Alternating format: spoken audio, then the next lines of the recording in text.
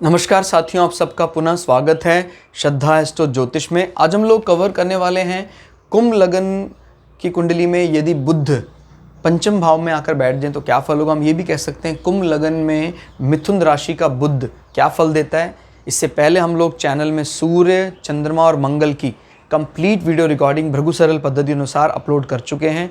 कोई भी व्यक्ति भृगु सरल पद्धति को आधार बनाकर ज्योतिष को सीखना चाहता है, हमारे चैनल को सब्सक्राइब कर सकता है। हम जल्दी ही सूर्य से लेकर राहु केतु 9 के 9 ग्रहों का 12 अलग अलग लग्न की 12 अलग अलग राशियों में फल को अपलोड करने वाले हैं। इस अपलोडेशन को टाइमली पाने के लिए आप हमारे चैनल को सब्सक्राइब करें, बेल आइकन को दबाएंगे तो आपको वो सारा अपलोडेशन टाइमली मिलता रहेगा। मेरा नाम है सनत कुमार वाजपेयी। 15 सालों का अनुभव मुझे साइंस एंड एस्ट्रोलॉजी में।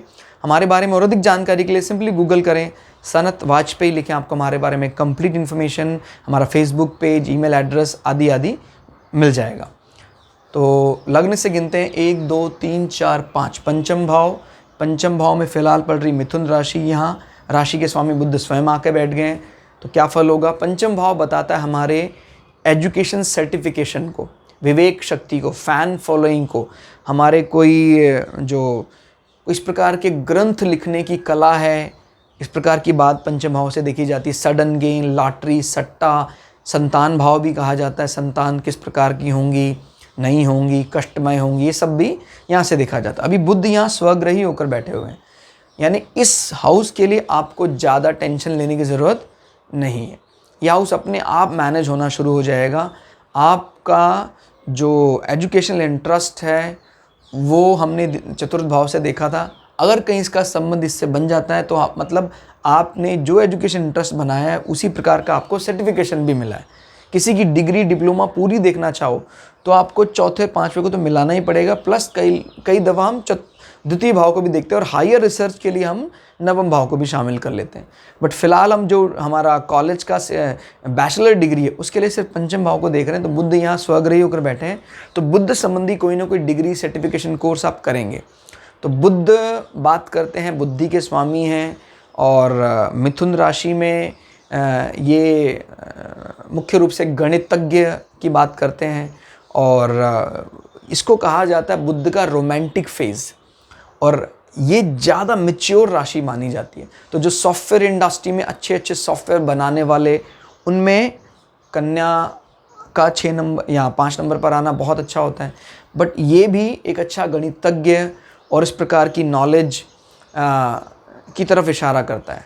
तो आप इस प्रकार की बुद्धि रख सकते हैं। सोसाइटी से सबसे ज़्यादा बना, मेरे अपने सबसे फेवरेट लग्नों में मिथुन, कन्या और धनु लग्न और मीन लग्न है। इसलिए नहीं कि मेरा लग्न इन लग्नों से संबंध है, मेरा इन लग्नों से कोई दूर दूर तक संबंध नहीं है। फिर भी मैंने देखा है आजकल की सांसारिक दृष्टि से जो सबसे ज़्यादा बनाकर चल सकते हैं वो मिथुन लग्न, मिथुन राशि, कन्या लग्न, कन्या राशि, ये 4 ऐसी लग्न राशियाँ हैं जो ज़्यादा अनावश्यक वाद विवाद पैदा नहीं करती हैं। जो सिस्टम चला आ रहा है उसको स्ट्रिक्टली फॉलो करती हैं और अपनी 9 to 5 जॉब में लगे रहते हैं। अच्छा आउटपुट कहने का मतलब ये दे सकते हैं। तो अब आपका एजुकेशन की तरफ से आपको आश्वस्त रहना है और आप जो भी इस प्रकार के कोई सडन गेन की कामना करते हैं आपको ज़रूर मिलेगा। ऐसे लोग जो भी कोई सट्टे में पैसा लगाते हैं उनको वापस मिलता है। पंचम भाव मजबूत अगर होता है तो ऐसा व्यक्ति अपने कॉलेज टाइम पे कहीं ना कहीं रोमांस की तरफ अट्रैक्ट होता है, मिलता भी है उसको रोमांस। अगर 5वें भाव का संबंध 7वें भाव के साथ बन जाए, जैसे सूर्य यहाँ पर आकर बैठ जाएँ या परिवर्तन हो जाए, तो फिर ऐसा व्यक्ति जो लव मैरिज है उसकी तरफ जाता है। लव मैरिज सक्सेसफुल रहती है कि नहीं रहती है वो डिपेंड करता है इन दोनों हाउसेस के जो लॉर्ड हैं उनकी मैत्री और वो दोनों की सिटिंग कहाँ बन रही है। ठीक हो गया, तो ये देखा जाता है। और पंचम भाव का मजबूत होना आपको संतान भी जल्दी दिलाता है।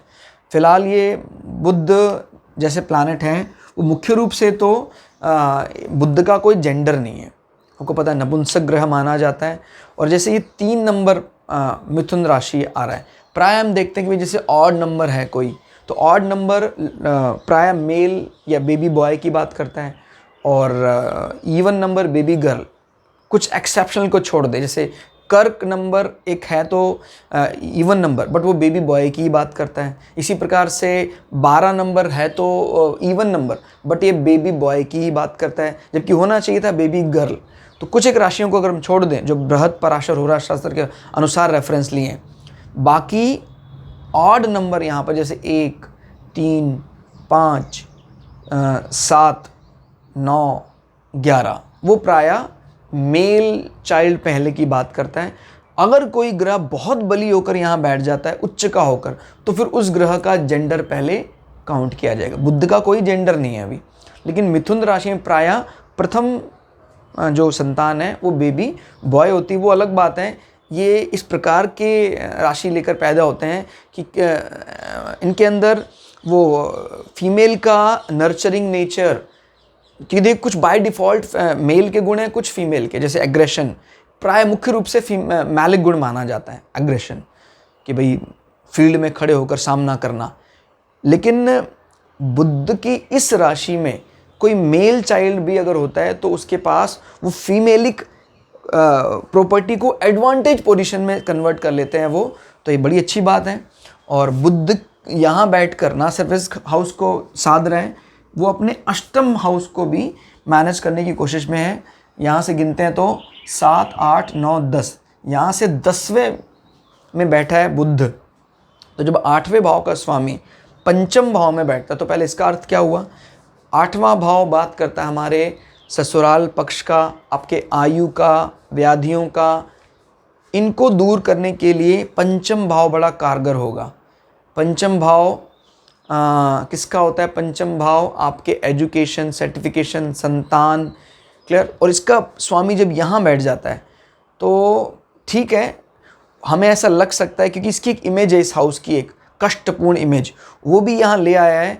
तो कष्ट के बाद आपको संतान अच्छी होगी, क्लियर हो गया। कष्ट मिलेगा ज़रूर, लेकिन उसके बाद आपको अच्छी संतान होगी।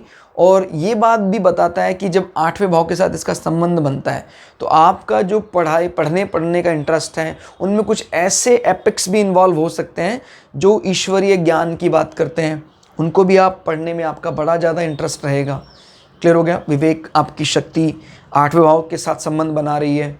और 8वां भाव आपके ससुराल पक्ष के साथ भी आपके पढ़ाई में कुछ ना कुछ संबंध जोड़ रहा है। तो मतलब अगर इसको थोड़ा सा और बल मिल जाए तो फिर वो मैरिज की तरफ भी इशारा कर रहा है, क्लियर हो गया। यानी ससुराल पक्ष आपकी एजुकेशन में भी महत्वपूर्ण रोल अदा कर रहा है। अगर कहीं सूर्य भी यहाँ बुध आदित्य योग बना ले तो 100% ऐसा व्यक्ति का ससुराल पक्ष मजबूत होता है और उसकी पढ़ाई में मदद करता है। आगे चलकर ये अपने डिग्री सर्टिफिकेशन पूरा करने के बाद उस व्यक्ति को विवाह में इन्वॉल्व करता है जो पढ़ाई के समय इसके साथ था, ठीक हो गया। और ये बात ये भी तय करता है कि जब अष्टम भाव अपने से दसम होकर इसके साथ संबंध बनाता है, यानी कहीं ना कहीं इनके द्वारा की गई मदद इनको जॉब दिलवाने वाली होती है, क्योंकि अपने से दशम होकर बैठा है। यानी इनके द्वारा जो की गई मदद है वो इस प्रकार की मदद है कि भाई इनको भविष्य में एक अच्छी जॉब मिले, उसी प्रकार का एजुकेशन इनको करवाना है और इनको उससे फ़ायदा होगा, क्योंकि 11वां भाव हमारी इच्छा पूर्ति का है, हमारे लाभ का है। तो बुध यहाँ बैठकर आपके लाभ स्थान को देख रहे हैं, लाभ बढ़ाने वाला होगा। इस राशि का जो अपना नेचर है वो क्षत्रिय राशि है, अग्नि तत्व प्रधान राशि है।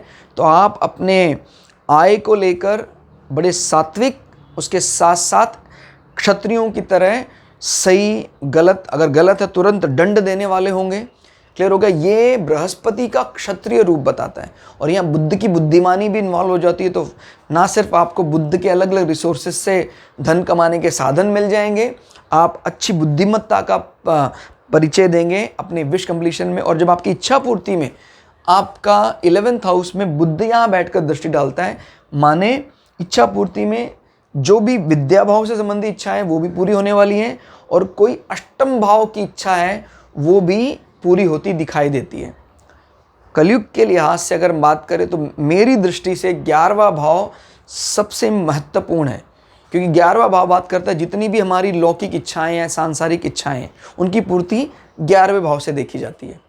तो दोस्तों कुल मिला के रिज़ल्ट यहाँ बहुत अच्छे मिल रहे हैं।